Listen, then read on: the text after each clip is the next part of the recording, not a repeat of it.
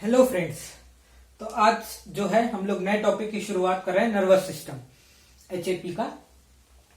अभी लगभग 34 वीडियोस के अराउंड हो गए हैं, तो प्लीज लाइक करें, सब्सक्राइब करें, शेयर करें, जितना हो सके उतना करें। जितना अच्छा से अच्छा मटेरियल है मैं प्रोवाइड करने की कोशिश कर रहा हूं, तो आप लोग जो है इसको अप्रिशिएट करें। तो आज जो है हम लोग बात करते हैं नए टॉपिक की, जिसको हम बोलते हैं नर्वस सिस्टम, है ना। नर्वस सिस्टम हमने पढ़ा होगा पहले 12th में 11th में पढ़ा होगा। कुछ लोगों ने इससे ज्यादा डिटेल में पढ़ा होगा, इससे कुछ कम डिटेल में पढ़ा होगा कुछ लोगों ने। तो बहुत अलग तरीके से अलग अलग तरीके से लोगों ने पढ़ा होगा। अभी हम एक बार पढ़ने की कोशिश करते कि किसी लोगों ने बिल्कुल नहीं पढ़ा होगा, उनको थोड़ा बहुत ही ऊपर ऊपर सुपरफिशियल पता होगा। तो अभी हम ऐसा कोशिश करेंगे कि एक लेवल तक सबको, जिनको आता है जिनको नहीं आता है, सबको समझ आए। जितना हो सके उतना कोशिश करेंगे कि अच्छे से अच्छा कंटेंट आपको दे सके।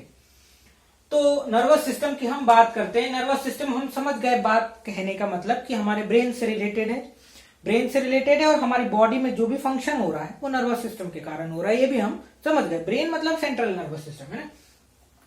तो this system concern with control and coordination of the body. हमारी बॉडी का जो कंट्रोल एंड कोऑर्डिनेशन है, कंट्रोल और कोऑर्डिनेशन का मतलब ये कि मैं जब चाहूंगा तब मैं यहां कोई हाथ करूंगा, कोई मेरे को हवा ऐसे नहीं करवा सकती, ये कंट्रोल है मेरा। और ये लेकिन ये हो रहा है, अगर मैं चाहूं तो दोनों हाथ को एक साथ ले जा सकता हूं। दैट इज कोऑर्डिनेशन, जो केमिकल्स के थ्रू हो रहा है और न्यूरॉन्स उसके साथ और हो रहा है। तो कंट्रोल एंड कोऑर्डिनेशन किसके साथ? अलोंग विथ एंडोक्राइन सिस्टम के साथ। मतलब ये बोल रहा है कि this system concern with control and coordination of body. हमारी बॉडी का कंट्रोल एंड कोऑर्डिनेशन करवाता है कौन? Nervous system. किसके साथ मिलके? Along with endocrine system. अरे बात समझ आई? कोई दिक्कत? ठीक है, ये नर्वस सिस्टम है।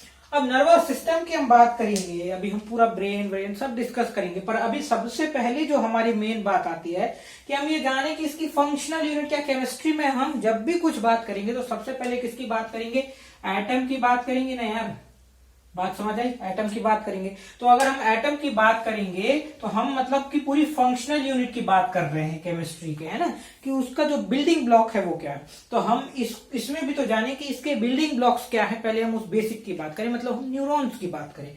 अगर हम न्यूरॉन्स की बात करना चाहते हैं तो हम ये देख लेते कितने प्रकार के नर्वस टिश्यू होते हैं, सब देख लेते। उसी के अंदर में न्यूरॉन्स आता है। तो ऑल द नर्वस टिश्यूज, जो भी नर्वस टिश्यूज हैं, nervous tissues are what? These are the tissues which are involved in nervous system, है ना, for control and coordination. Now, these tissues are derived from ectoderm. ये क्या बोल रहा है? एक्टोडर्म से डिराइव है। एक्टोडर्म हमने पहले भी पिछले डाइजेस्टिव सिस्टम के वीडियो में या पहले कभी मैंने बताया था कि जो हमारा बॉडी में जब एम्ब्रियो डेवलप होता है, जब हम भ्रूण होते हैं, जब हम अंदर जो फीटस होता है हमारी बॉडी, एम्ब्रियो में जब हम बनते हैं, तो एम्ब्रियो जब हम बनते हैं, जब हम डेवलप हो रहे होते हैं, जब हम बच्चे भी नहीं होते, या ये बोले कि कोई बच्चा जब डेवलप हो रहा होता है तो 3 लेयर से डेवलप होता है। 3 लेयर सबसे पहले बनती है सेल्स की, एक्टोडर्म, एंडोडर्म एंड मीजोडर्म। ये क्या बोल रहा है कि एक्टोडर्म, ये जो बाहर वाली लेयर है, इससे डिराइव, क्योंकि यही सब डेवलप होकर पूरा इंसान बनेगा तीनों लेयर मिलके। तो ये जो बाहर वाली लेयर है उससे डिराइव होते हैं नर्वस टिश्यूज, एक्सेप्ट मीजोग्लियल सेल। कौन से सेल? मीजोग्लियल सेल, है ना। मीजोग्लियल सेल जो होते हैं वो जो है वो किससे बनते हैं आपके? वो बनते हैं आपके उससे, एंडोडर्म से, यहां तक, है ना। तो ये हो गया। अब उसके बाद जाता है आपका, बात ये हो गया। अब उसके बाद ये मीजोडर्म से बनता है, सॉरी मीजोडर्म से, मैं भूल गया, मीजोडर्म से ये आपका मीजोग्लियल सेल बनता है। ठीक है ना, हो जाता है, कोई बात नहीं, कभी कभी भूल जाते हैं। अब nervous tissue can be of following types, है ना। नर्वस टिश्यू कितने टाइप के हैं? नर्वस टिश्यू सबसे पहला न्यूरॉन, जिसको हम डिटेलिंग में पढ़ेंगे अभी, पर अभी बेसिक के लिए थोड़ा समझा दिया। न्यूरोग्लियल सेल, कौन से? न्यूरोग्लियल सेल, और एपेंडाइमल सेल और न्यूरोसिक्रीटरी सेल। ये 4 प्रकार के हमारे नर्वस टिश्यूज होते हैं। अरे बात समझ आई? कोई दिक्कत? ठीक। तो न्यूरॉन्स क्या होता है? Neurons it is a functional unit of nervous system, है ना। हम समझ गए, फंक्शनल यूनिट है नर्वस सिस्टम का। मेन न्यूरॉन का ही सब काम होता है। इसके कितने पार्ट होते हैं? कोई भी बुक्स में 3 पार्ट में डिवाइड किया रहता है, पर 2 पार्ट में मेनली होता है। एक होता है सेल बॉडी, दूसरा होता है प्रोसेसेस। प्रोसेसेस में ही आता है आपका डेंड्रॉन एंड एक्सॉन। प्रोसेसेस मतलब क्या? प्रोसेसेस मतलब किसी भी चीज का आगे बढ़ना, उसका आगे प्रोजेक्शन होना, है ना। तो सेल बॉडी के ही ये दोनों प्रोजेक्शन है, प्रोसेसेस। तो ये डेंड्रॉन, डेंड्रॉन ये हो गए, डेंड्रॉन ये है,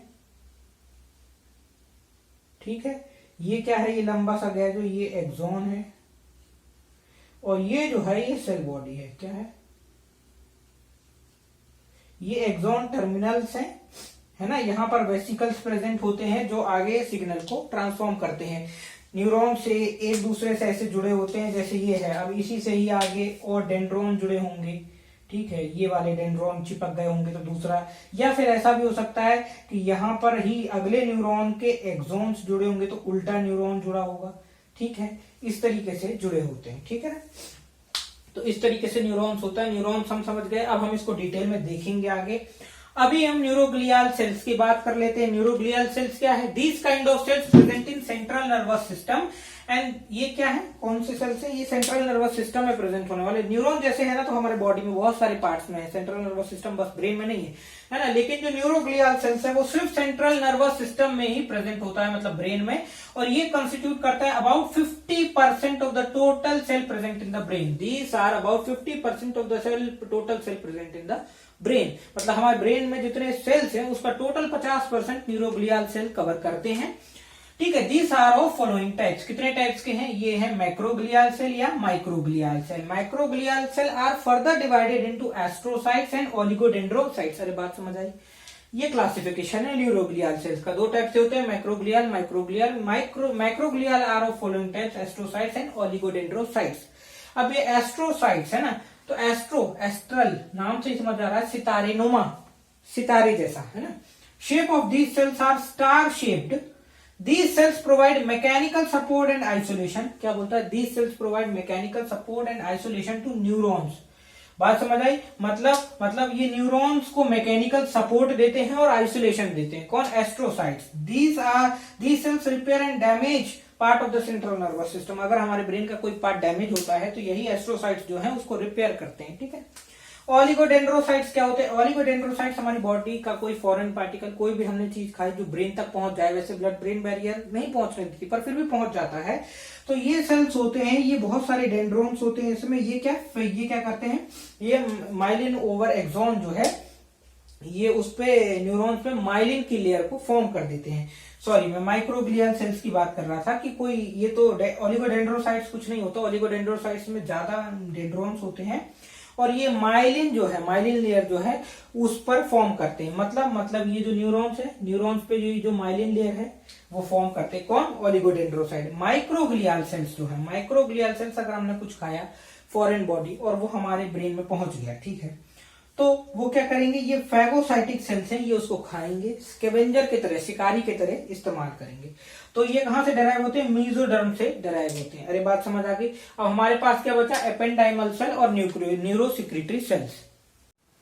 तो अब अगले एपेंडाइमल सेल्स और न्यूरोसिक्रेटरी सेल्स। एपेंडाइमल सेल्स क्या है? ये वेंट्रिकल्स की लाइनिंग बनाते हैं। अब वेंट्रिकल्स, बात आई वेंट्रिकल्स क्या, मान के चलो ऐसा ब्रेन है, ठीक है, ऐसा होता है ब्रेन, थोड़ा अजीब बना है पर ठीक है, ब्रेन है। यहां पर कुछ स्पेस होंगे, कुछ स्पेस यहां पर होंगे, या फिर स्पाइनल कॉर्ड को देखेंगे तो यहां पर कुछ खाली जगह होगी, है ना, ऐसी कुछ खाली जगह होगी। तो जो स्पाइनल कॉर्ड का जो काट के दिख रहे हैं, तो जो खाली स्पेस है जहां सेरिब्रोस्पाइनल फ्लूइड भरा रहता है उसको बोलते हैं हम वेंट्रिकल्स। अब वेंट्रिकल्स की लाइनिंग जो बनाते हैं सेल्स, यदि ये वेंट्रिकल्स है तो इसकी जो लाइनिंग बनाते हैं जो सेल्स, ठीक है, वो सेल्स होते हैं एपेंडाइमल सेल्स। अब वो सेल कौन से भी हो सकते हैं, जैसे स्क्वेमस फॉर्म में भी हो सकते हैं, क्यूबॉइडल में भी, कोलुमिनार में भी, है ना।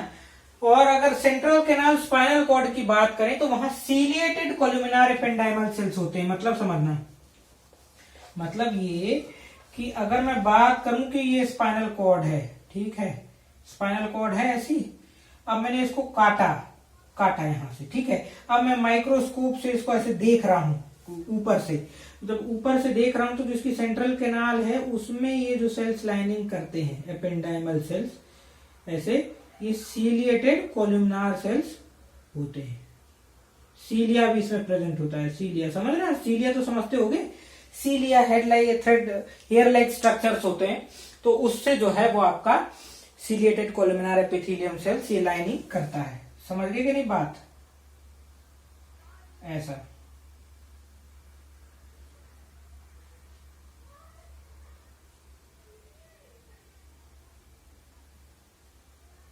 इस तरीके से छोटी छोटी छोटी छोटी सीलिया, ये तो मैंने बहुत बड़ी बना दी, समझ में नहीं आ रही होगी। ऐसे सीलिया से ये एपेंडाइमल सेल्स लाइनिंग करता है, ठीक है ना।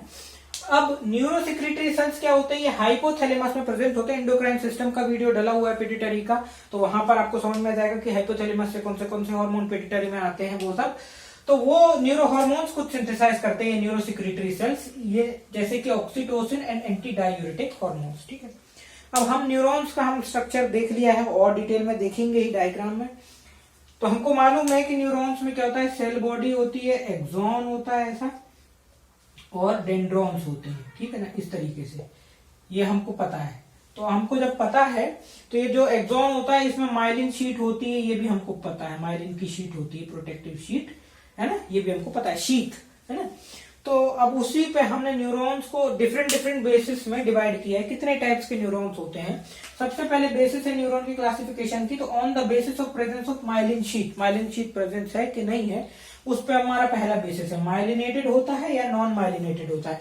अगर माइलिनेटेड है तो ये हरे हरे कलर के सेल्स दिख रहे हैं, इनको बोलते हैं हम, ये यहां पर प्रेजेंट होते हैं, ये यहां पर ऐसे ऐसे प्रेजेंट होते हैं, ये इनको बोलते हैं हम श्वान सेल। क्या बोलते हैं? श्वान सेल, ठीक है। श्वान सेल है, यही पूरी की पूरी लेयर को सिक्रीट कर रहा है, माइलिन की शीट को। एक्चुअली में क्या है, मान लेते हैं हम, जगह बहुत कम हो गया है पर चलो ये यहां मिटा के बनाता हूं।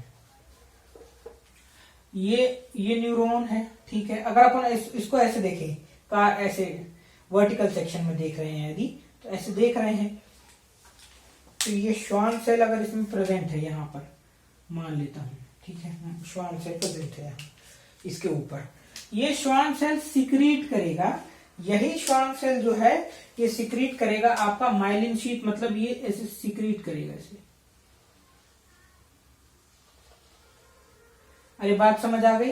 इस तरीके से ये जो है माइलिन शीट को ये सिक्रीट करेगा, तो माइलिन शीट को ये सिक्रीट करता है, इस तरीके से माइलिन शीट बनती है। तो व्हाइट, अगर माइलिनेटेड है न्यूरॉन, दो टाइप के, माइलिनेटेड या नॉन माइलिनेटेड। अगर माइलिनेटेड है तो श्वान सेल से वो माइलिन शीट होगी, माइलिन शीट के कारण ये व्हाइट कलर का न्यूरॉन दिखेगा। तो क्या लिखा है, white in colour due to myelin sheet, myelin protein secreted by Schwann cells. हमको पता है ये श्वान सेल से सिक्रीट हो रहा है। Schwann cells also secrete a cellular layer called neurilemma, है ना। अब ये बात है, ये कैसी बात है, ये ऐसी बात है, यही जो सेल्स है ये पूरे में एक ए सेलुलर लेयर बनाता है,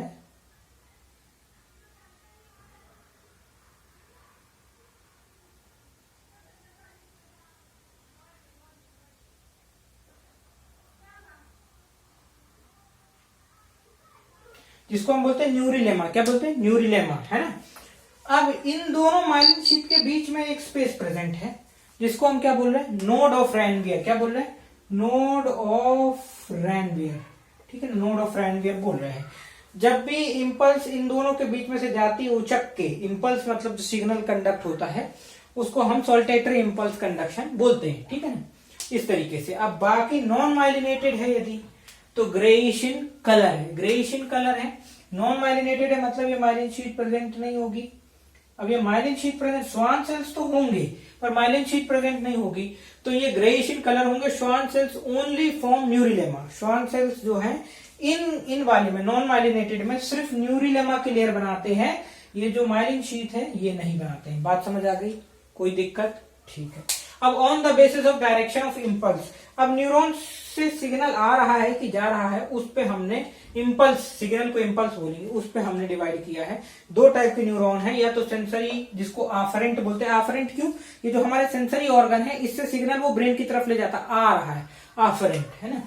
ऐसा मतलब मैंने एक निमोनिक्स के तरह बताया, ऐसा कोई इसका रिलेशन नहीं है। तो take signal from sensory organ to central nervous system, central nervous system से हमारे सेंसरी ऑर्गन से ये सिग्नल ले जा रहा है। मोटर या ईफरेंट क्या है? अपोजिट है, ये हमारे ब्रेन से सिग्नल पूरे बॉडी में पहुंचा रहा है। इस तरीके से हमने डायरेक्शन ऑफ इम्पल्स से 2 टाइप के न्यूरॉन को, अब पोलैरिटी पे भी बेस्ड न्यूरॉन को हम डिवाइड करते हैं, जैसे कि ए पोलर न्यूरॉन। ए पोलर न्यूरॉन का मतलब क्या है, इस न्यूरॉन में सिर्फ सेल बॉडी होती है और प्रोटोप्लाज्मिक थ्रेड्स होते हैं, ना डेंड्रॉन होता है ना एक्सॉन होता है। प्रोटोप्लाज्मिक थ्रेड मतलब साइटोप्लाज्म और जो न्यूक्लियोप्लाज्म है दोनों को मिलकर जो थ्रेड बनाया है, प्लाज्मा मेम्ब्रेन को हटा दो, बाकी पूरा पार्ट प्रोटोप्लाज्मिक थ्रेड है, उससे मिलकर थ्रेड बना, तो प्रोटोप्लाज्मिक थ्रेड ए पोलर न्यूरॉन्स इस टाइप के होते हैं, जिसमें ए कोई भी पोल नहीं है, ना डेंड्रॉन है ना एक्सॉन है ना, ए पोलर होगा ये। यूनिपोलर मतलब एक ही साइड की पोल होगी, मतलब सिर्फ एक्सॉन फॉर्म होगा, ठीक है ना। इनका थ्योरी आप बना सकते हैं, कुछ नहीं, छोटे छोटे सेंटेंस लिखने हैं। स्यूडो यूनिपोलर न्यूरॉन मतलब ये दिखता ऐसा है कि यूनिपोलर है, मतलब एक ही साइड की पोल है, मतलब ऐसा लगेगा कि एक्सॉन है, लेकिन एक डेंड्रॉन होता है एक एक्सॉन होता है, इसलिए स्यूडो बोल रहे हैं, झूठा। स्यूडो यूनिपोलर है ना। बाइपोलर में क्या होता है, ये एक एक्सॉन होता है एक डेंड्रॉन होता है, 2 पोल्स होती है तो बाइपोलर न्यूरॉन्स होता है। मल्टीपोलर बनाना ही भूल गए लगता। तो मल्टीपोलर में क्या होता है, मल्टीपोलर जो हमारा बेसिक न्यूरॉन है, डेंड्रॉन्स की कई पोल्स और उसके बाद एक एक्सॉन की पोल, एक्सॉन की भी कई पोल्स हो सकती है, और इस तरीके से जो होता है ये मल्टीपोलर न्यूरॉन होता है। बात समझ आई, कोई दिक्कत? अब हम न्यूरॉन का स्ट्रक्चर देखेंगे। तो हम लोग वीडियो के लास्ट पार्ट में न्यूरॉन का स्ट्रक्चर देखते हुए, इतना न्यूरॉन का बात हुआ, इसको डिटेलिंग में तो देखें। हमको पता है cell body, dendron and axon, ये 3 चीज से हमारे 3 पार्ट है न्यूरॉन के, ठीक है ना। अब ये पूरा न्यूरॉन है, ये डेंड्रॉन्स है, ये सेल बॉडी है, सेल बॉडी में न्यूक्लियस है और भी सेल ऑर्गेनेल्स हैं, मान के चलो एंडोप्लाज्मिक रेटिकुलम है, आरईआर है, रफ एंडोप्लाज्मिक गोल्जी बॉडी है, ठीक। सेंट्रियोल नहीं है, सेंट्रियोल नहीं है, क्यों? क्योंकि हमारा न्यूरॉन कभी डिवाइड नहीं होता, परमानेंट होता है, इसलिए इसमें जरूरत भी नहीं है सेंट्रियोल की। सेंट्रियोल मतलब क्या, सेंट्रियोल मतलब वो एक ऑर्गेनेल होता है, ऐसे एक ऑर्गेनेल होता है, सेल ऑर्गेनेल, जो कि माइक्रोट्यूब्यूल्स ऐसे सिक्रीट करता है सेल में, है ना, जिसके कारण जो 2 सेल होते हैं वो डिवाइड होते हैं। तो ऐसा कुछ जरूरत हमको सेल डिवीजन का होता नहीं है, न्यूरॉन परमानेंट होता है। डिवीजन होने लगे तो इंसान का बैलेंस सिस्टम हिल जाए, दिमाग का बात है। तो इस तरीके से सेंट्रियोल नहीं है इसमें। उसके आगे आते हैं तो एक्सॉन होता है, एक्सॉन होता है जहां से शुरुआत करता है उसको एक्सॉन हिलॉक, हाँ, तो स्टोरेज का दिक्कत हो गया था। एक्सॉन हिलॉक आगे ये यही न्यूरिलेमा सिक्रीट करता है, श्वान सेल्स हमको पता है। 2 के बीच में नोड ऑफ रैनवियर होता है, माइलिन शीथ होती है, आगे जाते हैं एक्सॉन होता है, एक्सॉन टर्मिनल्स होते हैं, एक्सॉन टर्मिनल्स पे साइनेप्टिक लेफ्ट होते हैं, साइनेप्टिक बल्ब होते हैं, ठीक है ना। थ्योरी पढ़ लेते हैं। सेल बॉडी जो है हमने पता can be of different shape and size, कितने भी शेप के डिफरेंट शेप और साइज का हो सकता है, ये हमने एक शेप बना दिया। सारे सेल ऑर्गेनेल्स होते हैं, सिर्फ सेंट्रियोल्स नहीं होता है, इसलिए ये परमानेंट और स्टेबल होते हैं। ये नीसल ग्रैन्यूल्स प्रेजेंट होते हैं इसमें, जो कि नीसल ग्रैन्यूल जिसको मॉडिफाइड राइबोसोम्स बोलते हैं, जो कि प्रोटीन सिंथेसिस में हेल्प करते हैं, ठीक है ना। डेंड्रॉन क्या है, single and multiple short processes है, ये डायरेक्ट करता है सिग्नल को towards the cell body contain Nissl's granules. क्या नीसल्स ग्रैन्यूल्स करते हैं, जल्दी जल्दी हो रहा हो तो सॉरी, क्योंकि क्या है स्टोरेज का दिक्कत हो गया। अब एक्सॉन, एक्सॉन क्या है, सिंगल सिलेंड्रिकल प्रोसेस है, जहां से अराइज होता है उसको एक्सॉन हिलॉक बोलते हैं। Other end is known as synaptic cleft, जो अदर एंड है साइनेप्टिक लेफ्ट होता है। साइनेप्टिक बल्ब होते हैं जिसमें न्यूरोट्रांसमीटर फील्ड होता है। साइटोप्लाज्म जो एक्सोप्लाज्म के अंदर जो साइटोप्लाज्म है उसको एक्सोप्लाज्मा बोलते हैं। एक्सोप्लाज्मा में नीसल्स ग्रैन्यूल्स और गोल्जी बॉडीज नहीं होते हैं ना, devoid of Nissl granules and Golgi bodies. तो आई होप न्यूरॉन का स्ट्रक्चर आपको समझ आया होगा और आज के वीडियो में मजा आया होगा। काफी डिटेलिंग से हमने बेसिक न्यूरॉन नर्वस सिस्टम का पढ़ा, न्यूरॉन्स का बेसिक पढ़ा। लाइक करें, सब्सक्राइब करें, शेयर करें। Thank you.